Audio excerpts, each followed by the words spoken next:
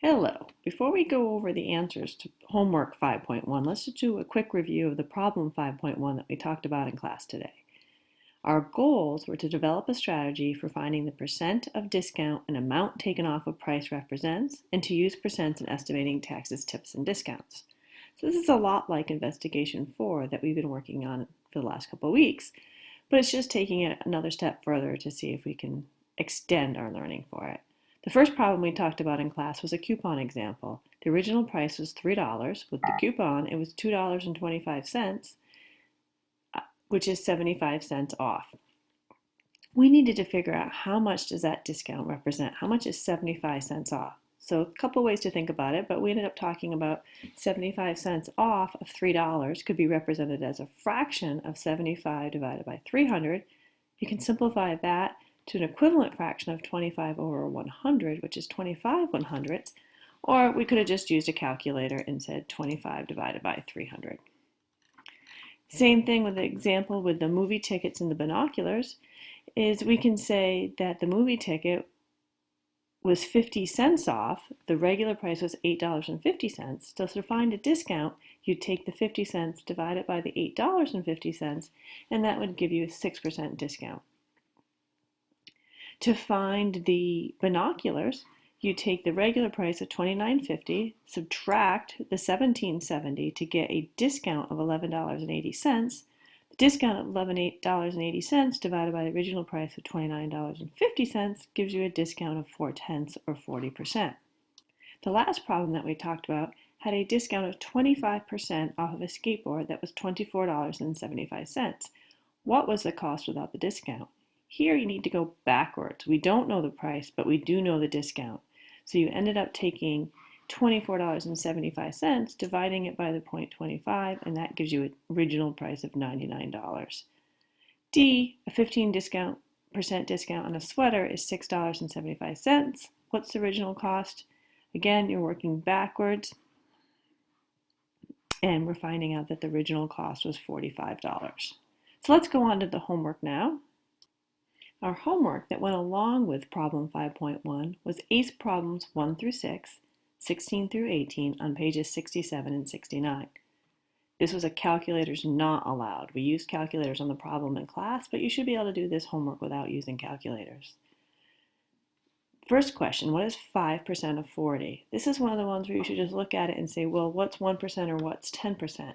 So I started off by saying 10% of 40 is 4, because we're just dividing by a power of 10 or multiplying by a power of 10, so we're making it a little bit smaller. So we slide the decimal over to the left one to get 4. So if 10% of 40 is 4, half of 10% is 5%. So 5% is half of 10%, half of 4 would be 2. What's 22% of 220? This one you can go to the 1%. 1% of 220 is 2.2. So 22% would be 22 times 1%, which is 22 times 2.2, and that's a math you should be able to do over on the side. 22 times 2.2 is 48.4. 5 is what percent of 40? This is working backwards. We're not saying a percent of, we're now trying to figure out, well, 5 is what percent of 40? Well, 5 out of 40 is 5/40ths, or 1/8. This is one of those fractions you should know. 1/4 is 0.25, 25 hundredths. So half of that is 1/8, which is half of a quarter, which is 0.125. So 5 is what percent of 40? It's 12.5%. 70, let's move up here. 70 is what percent of 80? Same thing. 70 out of 80 can be written as a fraction of 70 divided by 80, which can be simplified to 7/8, which is one of those fractions you need to know again, 0.875 or 87.5%. A good old multiple choice. What is 75% of 80? 75% is 3/4. 50% of 80 would be 40. So 40 is half of that is 20. So 1/4 would be 20, half is 50, 3/4 is 75%, which would be 60. So the answer is C, 60. Number 6, 22 is what percent of 220? You can write that as 22 over 220. Divide both of those by 22, and you're going to get 10%. So 10 over 100, or 10%. A music store reported 15 sales for every 100 people who visited the store last year. What percent of the visitors bought something? Well, 15 people out of 100 is just 15 hundredths, which is 15%.